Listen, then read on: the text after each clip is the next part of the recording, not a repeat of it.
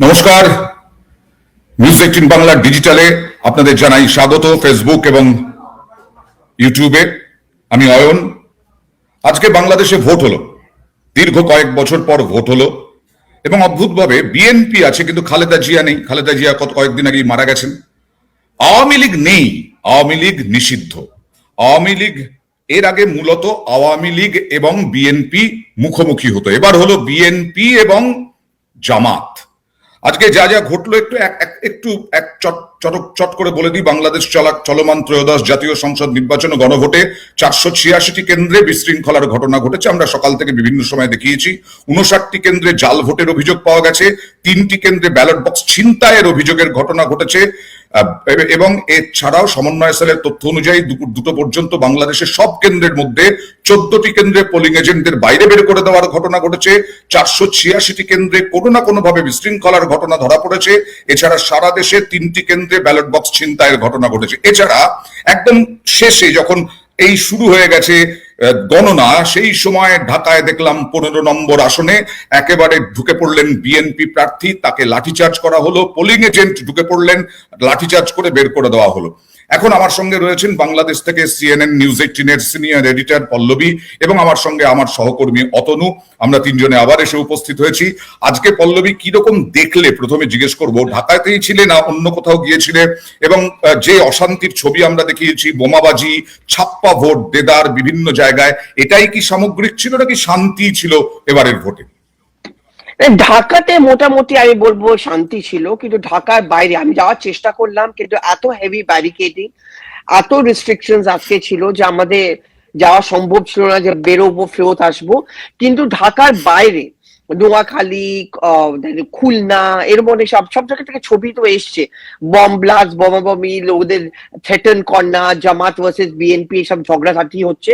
তো এইসব ভুল না, এটা একদম ঢাকার বাইরে। দেখো, ঢাকা হচ্ছে ক্যাপিটাল সিটি, ঢাকাতে ম্যাক্সিমাম সিকিউরিটি ছিল, আর্মি ছিল, একটু লোকরা আরো বেশি অ্যাওয়ারনেস ছিল। এই জন্য ঢাকাতে মোটামুটি শান্তিপূর্বক ছিল। হ্যাঁ, ঢাকার বাইরে অনেক রিপোর্টস এসছে। আবার অনেক জার্নালিস্ট, যখন আমার বন্ধুরা যারা বাইরে ট্রাভেল করছিল, ওরাও বলছিল কি দিদি ওখানে অনেক প্রবলেম আমরা ফেস করেছি। আচ্ছা, ঢাকা ছাড়া আজকে সকাল থেকে মহিলাদের লম্বা লাইন দেখতে পেয়েছি। এই মহিলাদের অংশগ্রহণ কিরকম ছিল বলে জানা যাচ্ছে? অনেকদিন পর যা ইলেকশনটা হচ্ছে, দ্বিতীয় কথা হচ্ছে কি, প্রথম ইলেকশন যেখানে দুটোই বেগম মিসিং, বেগম খালেদা জিয়া আর বেগম শেখ হাসিনা। বাট মহিলা কার্ডটা কিন্তু খুব পাওয়ারফুল এখানটায়।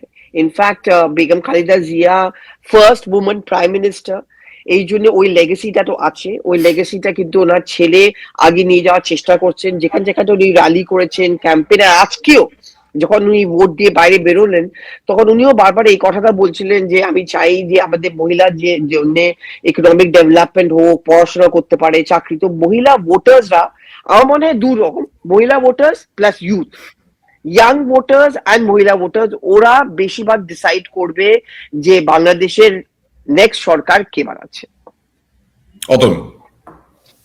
আমি এখানে 3টে স্টেটমেন্টের কথা বলবো। আজ ভোট দিয়ে বেরিয়ে ছাত্র নেতা নাহিদ ইসলাম, মানে হচ্ছে নাহিদ ইসলামের নামটাই শোনা গেল হচ্ছে জুলাই গণ আন্দোলনের পর থেকে বা ছাত্র আন্দোলনের পর থেকে। সেই নাহিদ ইসলাম বলছে যে আর কিছুক্ষণের অপেক্ষা, সরকার আমরাই গঠন করবো, মানে ছাত্ররা এবং জামাতরা মিলে সরকার গঠন করবেন। সেকেন্ড স্টেটমেন্ট তারেক রহমান বলছেন যদি সুষ্ঠুভাবে নির্বাচন হয় আর যদি মানুষ ভোট দিতে পারেন তাহলে আমরাই সরকার করছি। 3 নম্বর সবচেয়ে গুরুত্বপূর্ণ, সেটা হলো শেখ হাসিনার বক্তব্য কি না, বাংলাদেশের মানুষকে ধন্যবাদ জানাচ্ছেন তিনি যে এই নির্বাচন বয়কট করার জন্য। অর্থাৎ ভোটের যা পার্সেন্টেজ, যে পরিমাণ ভোট করেছে, তাতে তার মনে হয়েছে যে বাংলাদেশের অনেক মানুষই ঘর থেকে বেরোননি এবং আওয়ামী লীগ নেই বলে তারা ভোটে কাউকে ভোট দেননি, এরকম তার মনে হয়েছে। অলরেডি আজ সারাদিন ঘুরে এই যে 3টে স্টেটমেন্ট যদি আমি জাস্টিফাই করতে, সত্যিই কি ছাত্র নেতাদের দিকে সেরকম বিপুল ভাবে একটা জনমত তৈরি হয়েছে বলে মনে হচ্ছে? এখন তো কাউন্টিং চলছে, নাকি তারেক রহমান যেরকম বলছেন সুষ্ঠু অবাধ নির্বাচন হলে তারাই জিতবে, সে সুষ্ঠু অবাধ নির্বাচন করেছে আজ, নাকি সত্যি ভোট বয়কট হয়েছে, প্রচুর মানুষ ভোট দেননি? কি মনে হয় পল্লবী আপনার? একটু গন্ডগোল হচ্ছে। কালকের মতোই আসলে বাইরে আছে, বাংলাদেশে আছে, সেই কারণেই এরকম প্রবলেম হচ্ছে। কিন্তু একটা ঘটনা আমরা একটু নিজেদের মধ্যে আলোচনা করি, কারণ আমরা দেখেছি সকাল থেকে যে সত্যি ভোটের লাইনে কিন্তু প্রচুর মানুষ দাঁড়িয়েছেন। সকাল থেকে 12টা পর্যন্ত আমরা দেখেছি 32% ওপরে নির্বাচন মানে লাইনে দাঁড়িয়েছেন ভোটার। পল্লবী, শোনা যাচ্ছে এখন? 32% ওপরে ভোট পড়েছে, আমরা 12টা অব্দি দেখেছি। পল্লবী, শোনা যাচ্ছে এখন? যদি তাই হয় তাহলে তো অতনু বলতে হয় যে ভালোই মহিলা পার্টিসিপেন্ট আমরা দেখেছি পুরুষ আলাদা আলাদা লাইনে দাঁড় করানো হয়েছে। তুমি যেটা বলছিলে যে সব বয়কট করা হয়েছে, এটা বোধহয় শেখ হাসিনা ঠিকঠাক বলেননি, এটা একেবারে জাস্ট রাজনৈতিক কারণে তিনি বলতে চেয়েছেন। শেখ হাসিনা একটা তথ্য শেয়ার করছেন সবার সঙ্গে। শেখ হাসিনা বলছেন যে 11টা পর্যন্ত যেখানে দেখা যাচ্ছে 12% ভোট, তারপরে 1 ঘন্টার মধ্যে সেটা 32%, মানে 20% 1 ঘন্টায় ভোট কিভাবে পড়ে যায়। তাহলে সেখানে কোন রকম কোন সাবোটাজ হয়েছে, সেখানে কোন রকম কারচুপি হয়েছে, যে কারচুপির কথা গতকাল থেকে আওয়ামী লীগ সোশ্যাল মিডিয়ায় ভাসিয়ে দিচ্ছে বা কিছু ভিজুয়াল দেখাচ্ছে, সেই ভিজুয়ালের সত্যতা তো আমাদের পক্ষে যাচাই করা সম্ভব নয়, কিন্তু কিছু ভিজুয়াল দেখানো হচ্ছে যেখানে দেখানো যাচ্ছে প্রিসাইডিং অফিসার খালি পাতায়, খালি মানে একেবারে ফাঁকা কাগজে সই করছেন, যে সইটা তার করার কথা ভোট হয়ে যাওয়ার পর, ফল ঘোষণার পর সেখানে খালি কাগজে সই করছেন। বেশ কিছু জায়গায় দেখা যাচ্ছে যে ভোট বাক্স তুলে নিয়ে চলে যাচ্ছেন। বলে আমাদের কথা কি শোনা যাচ্ছে এখন? এখন আমি শুনতে পাচ্ছি, আর আমি এখন রেজাল্টস ট্রেন্ডস আসতে শুরু করেছে। আমি যেটা আর্লি ট্রেন্ডস যেটা আসছে, বিএনপি আর জামাত নেক টু নেক। তো এখন 300 বা 400 পোস্টাল ব্যালট নাকি? এটা হচ্ছে পোস্টাল ব্যালট। তো ইটস ভেরি নেক টু নেক। এখন যখন বাক্সগুলো খুলবে তখন আমরা জানতে পারবো। তো আমাদের বলা হয়েছে 1টা নাগাদ হয়তো আমরা রেজাল্টস পেয়ে যাব। কিন্তু আপনি কিছু প্রশ্ন জিজ্ঞেস করছেন, আমি সরি আপনার প্রশ্নটা বেশ করলাম। আমি জাস্ট 3টে স্টেটমেন্টের কথা বলছিলাম, যে নাহিদ ইসলাম কি বলছেন। নাহিদ ইসলাম বলছেন তারা জিতছেন, এদিকে তারেক রহমান বলছেন সুষ্ঠু অবাধ নির্বাচন হলে তারা জিতবেন। এদিকে শেখ হাসিনা বলছেন যে অনেক মানুষ ভোট বয়কট করেছেন, তাদের ধন্যবাদ। সারাদিন ঘুরে কি মনে হলো যে সত্যি সুষ্ঠু অবাধ নির্বাচন হয়নি? মানে তারেক রহমানের কথা যদি আমি ধরতে চাই যে হলে তাহলে জিতবেন বলছেন, ভোট বয়কট হয়েছে, ভোট পার্সেন্টেজ কিসের কথা বলছে?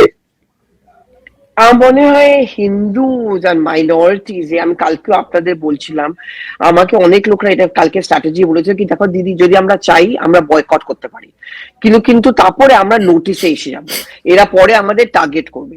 তো আমরা পোলিং বুথে যাব, আমরা ভোট দিই কি না দিই কেউ জানতে পারছে না। তো মোস্ট অফ দেম ওরা বলবে যে আমরা ভেতরে যে ভোট না দিয়ে বা ভুলভাল ভোট দিয়ে বাইরে চলে আসবো, তো ওইটা ইনভ্যালিড হয়ে যাবে। আর আমি এখন যে প্রথম রেজাল্ট দেখছি পোস্টাল ব্যালেট, আর পোস্টাল ব্যালেটে কিন্তু ভোটস গুলো স্টুডেন্টসদের আছে, কিছু স্টুডেন্টস, কোনো বিউরোক্রাটস আছে, একদম নেক টু নেকে। মানে হচ্ছে যে বিএনপি আর জামাতের মাঝখানটা কিছু টাফ কম্পিটিশন। এখন যখন বাকি বাক্সগুলো খুলবে, বিএনপির বক্তব্য হচ্ছে যে জামাত হ্যাজ রিগড, জামাতের বলা হচ্ছে যে বিএনপির কাছে টাকা আছে এই জন্য ওরা রিগ করেছে। সরি, ওকে, আমি একটা এই বয়কটের প্রসঙ্গেই বলি। অতনু যেটা হাসিনার বয়কটের কথা বলছিলে, আওয়ামী লীগ নেই। পল্লবী, কোথাও মনে হয়েছে আওয়ামী লীগ নেই তো কি হয়েছে? আওয়ামী লীগের জায়গা পূরণ করে দিয়েছে এই জামাত এবং বিএনপি। আগে কি ভোট হতো? আমি প্রথমেই বললাম বিএনপি আর আওয়ামী লীগ, এর মধ্যে চলে এলো আওয়ামী লীগ হাওয়া, আওয়ামী লীগ নিষিদ্ধ, আওয়ামী লীগ কোথাও নেই, আওয়ামী লীগ ভোটে নেই। কিন্তু আওয়ামী লীগের ছায়া কোথাও ছিল কি আজকের ভোটে? আওয়ামী লীগের অনেক ভোটার্স, আমি অল্প একটু কথা বলে, আমি যেরকম ঢাকা ইউনিভার্সিটিতে গেলাম, ওখানে একটা পোলিং বুথ আছে, ওখানে আমি লোকদের সাথে কথা বললাম, আর ধরো প্রথম জবাব ওদের হচ্ছে আওয়ামী লীগ নেই।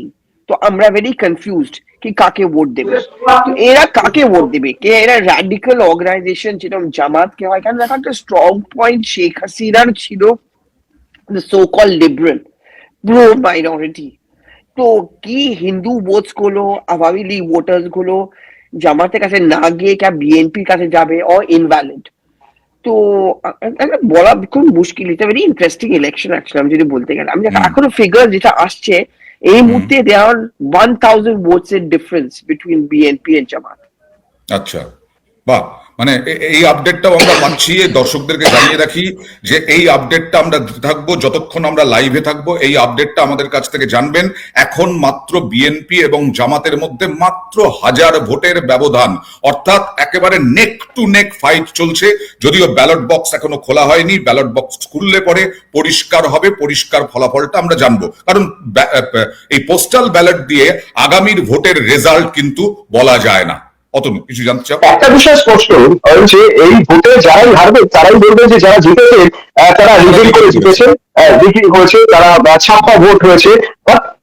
সত্যি কথা বলতে কি, সত্যি কি বোঝা সম্ভব করলে যে ভোটের ফল যাই হোক, যেমন এখনই আপনি বলছেন নেক টু নেক, এবং বেশ কিছু জনমত সমীক্ষা ভোটের পর থেকে বলতে শুরু করে দিয়েছে যে যতটা সহজে জামাতকে হারাবে বলে বিএনপি ভেবেছিল হয়তো অতটা সহজ রাস্তা নয়। তো এই ভোটের ফল যেদিকেই যাক না কেন, রিগিং এর জন্য সেই ফলটা তৈরি হয়েছে বা ফল সুনিশ্চিত হয়েছে, এরকম আপনার মনে হয়? আই ডোন্ট থিঙ্ক এটা খালি ফেয়ার হবে যদি আমরা বলি যে যদি কালকে জামাত জিতে, এটা অনলি জিতেছে কারণ ওরা রিগিং করেছে। তো জামাতের অনেক পকেটসে ওদের ক্যাম্পেইনিং খুব স্ট্রং ছিল। জামাতের সঙ্গে এনসিপি ছিল, ন্যাশনাল সিটিজেন পার্টি, যেটা স্টুডেন্ট আপরাইজিং এর একটা পার্টি। আমি যখন এখন পোলিং বুথ থেকে আসছিলাম, আমি সরি, সারাদিন করার পর এত একদমই তাই, এক্সস্ট একদম। তো এনসিপি ভলেন্টিয়ার্স গুলো ছিল। তো জামাত কিন্তু এত খারাপ করবে না। আচ্ছা, জামাতের একটা ক্যাম্পেইনিং স্ট্র্যাটেজিটা খুব স্ট্রং ছিল। বিএনপির মতন অত অর্গানাইজেশন নেই, কিন্তু জামাতরা স্টুডেন্টস ভলেন্টিয়ার্স এর খুব লাভ উঠিয়েছে।